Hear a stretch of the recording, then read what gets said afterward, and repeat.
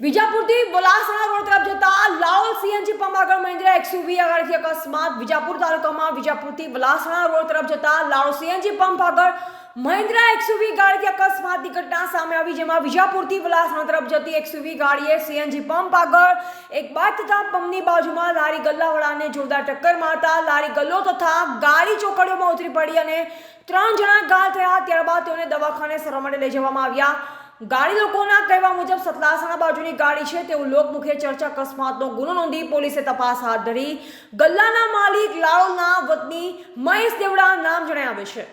Reporter Sanjay Barot, Vijapur.